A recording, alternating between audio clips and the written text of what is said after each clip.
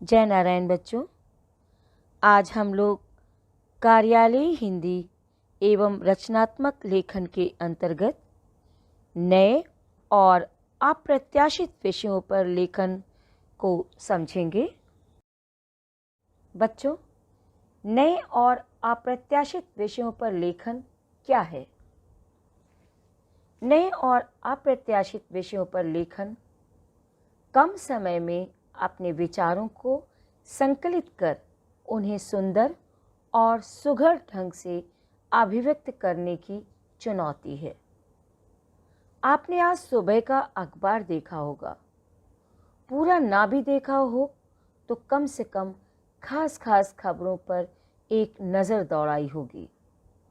उन खबरों को देखते हुए अपने समय और समाज की जो तस्वीर आपके मन में बनती है, क्या उसे आप एक लेख में व्यक्त कर सकते हैं? लेख की शक्ल देना, उसे शब्दों के सहारे पन्नों पर उकेरना, यह सब ज़्यादातर लोगों के लिए खासा मुश्किल काम है। जिन विचारों को कह डालना हमारे लिए कतई कठिन नहीं होता, उन्हें लिख डालने का निमंत्रण एक चुनौती की तरह लगने लगता है। इसका कारण ये है कि हम में से ज़्यादातर लोग आत्मनिर्भर होकर लिखित रूप में अभिव्यक्ति का अभ्यास ही नहीं करते। अभ्यास के हर मौके को हम रटंत पर निर्भर होकर गंवा बैठते हैं। रटंत का मतलब है दूसरों के द्वारा तैयार की गई सामग्री को याद करके ज्यों का त्यों प्रस्तुत कर देने की कुटेव यानी बुरी लत। इस कुटेव का शिकार हो जाने पर असली अभ्यास या रियाज का मौका ही कहाँ मिलता है। जाहिर है, लेखन का आशय यहाँ यांत्रिक हस्त कौशल से नहीं है। उसका आशय भाषा के सहारे किसी चीज़ पर विचार करने और उस विचार को व्याकरणिक शुद्धता के साथ सुसंगठित रूप में अभिव्यक्त करने से है। भाषा विचारों की अभिव्यक्ति का माध्यम ही नहीं, स्वयं विचार करने का साधन भी है। विचार करने और उसे व्यक्त करने की यह प्रक्रिया निबंध के चिर परिचित विषयों के साथ आमतौर पर घटित नहीं हो पाती। इसका कारण यह है कि उन पर तैयारशुदा सामग्री प्रचुर मात्रा में उपलब्ध रहती है और हम कुछ नया सोचने लिखने की जहमत उठाने के बजाय उसी सामग्री पर निर्भर हो जाते हैं। मौलिक प्रयास एवं अभ्यास को बाधित करने वाली ये निर्भरता हमारे अंदर लिखित अभिव्यक्ति की क्षमता विकसित नहीं होने देती।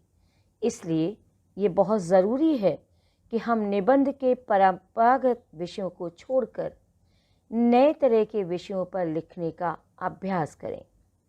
यही अभ्यास हमें अपने मौलिक अधिकारों में से एक अभिव्यक्ति के अधिकार का पूरा उपयोग कर पाने की सामर्थ्य देगा। लेखन के विविध विषय। ऐसे लेखन के लिए आपको जिस तरह के विषय दिए जा सकते हैं, उनकी संख्या अपरिमित है। आपके सामने की दीवार, उस दीवार पर टंगी घड़ी, उस दीवार में बाहर की ओर खुलता झरोखा, कुछ भी उसका विषय हो सकता है। ऐसे विषय भी हो सकते हैं जिनमें इनके मुकाबले खुलापन थोड़ा कम हो और फोकस अधिक स्पष्ट हो, जैसे टीवी धारावाहिकों में स्त्री, बहुत ज़रूरी है, शिक्षा इत्यादि। अब सवाल है कि ऐसा लेख प्रस्तुत करने की चुनौती सामने हो तो क्या करना चाहिए? लिखने का कोई फार्मूला आज तक दुनिया में नहीं बना।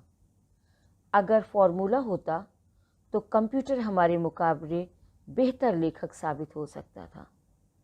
वस्तुतः लेखन की रचनात्मकता का पूरा संबंध फार्मूले का वजूद न होने की इसी सच्चाई से है। इसके बावजूद कुछ ऐसे सुझाव दिए जा सकते हैं जो अचानक सामने आए विषय से मुखामुखम होने में आपकी मदद कर सकते हैं। लेखन हेतु कुछ सुझाव। अव्वल तो ये ध्यान में रखें कि इस तरह के लेखन में विषय दो खंभों के बीच बंधी रस्सी की तरह नहीं होता, जिस पर चलते हुए हम एक कदम भी इधर उधर रखने का जोखिम नहीं उठा सकते। वह तो खुले मैदान की तरह होता है, जिसमें बेलाग दौड़ने, कूदने और कुलांचे भरने की छूट होती है। दरअसल दिए गए विषय के साहचर्य से जो भी सार्थक और सुसंगत विचार हमारे मन में आते हैं, उन्हें हम यहाँ व्यक्त कर सकते हैं। हाँ, अपेक्षाकृत स्पष्ट फोकस वाले विषय मिलने पर इस विचार प्रवाह को थोड़ा नियंत्रित रखना पड़ता है। इन पर लिखते हुए विषय में व्यक्त वस्तु स्थिति की हम उपेक्षा नहीं कर सकते। इसीलिए बहुत खुलापन रखने वाले विषयों पर अगर हम शताधिक कोणों से विचार कर सकते हैं, तो उनसे भिन्न किंचित केंद्रित प्रकृति के विषयों पर विचार करने के कोण स्वाभाविक रूप से थोड़े कम होते हैं। लेकिन इतना तय है कि किसी भी विषय पर एक ही व्यक्ति के जहन में कई तरीकों से सोचने की प्रवृत्ति होती है। ऐसी स्थिति अगर आपके साथ हो, तो सबसे पहले 2-3 मिनट ठहरकर ये तय कर लें कि उनमें से किस कोण से उभरने वाले विचारों को आप थोड़ा विस्तार दे सकते हैं। ये तय कर लेने के बाद आप एक आकर्षक सी शुरुआत पर विचार करें। हाँ, ये ख्याल रहे कि वह शुरुआत आकर्षक होने के साथ साथ निर्वाह योग्य भी हो। ऐसा ना हो कि आगे आप जो कुछ कहना चाहते हो उसे इस प्रस्थान के साथ सुसंबद्ध और सुसंगत रूप में पिरो पाना आपके लिए मुमकिन ना हो।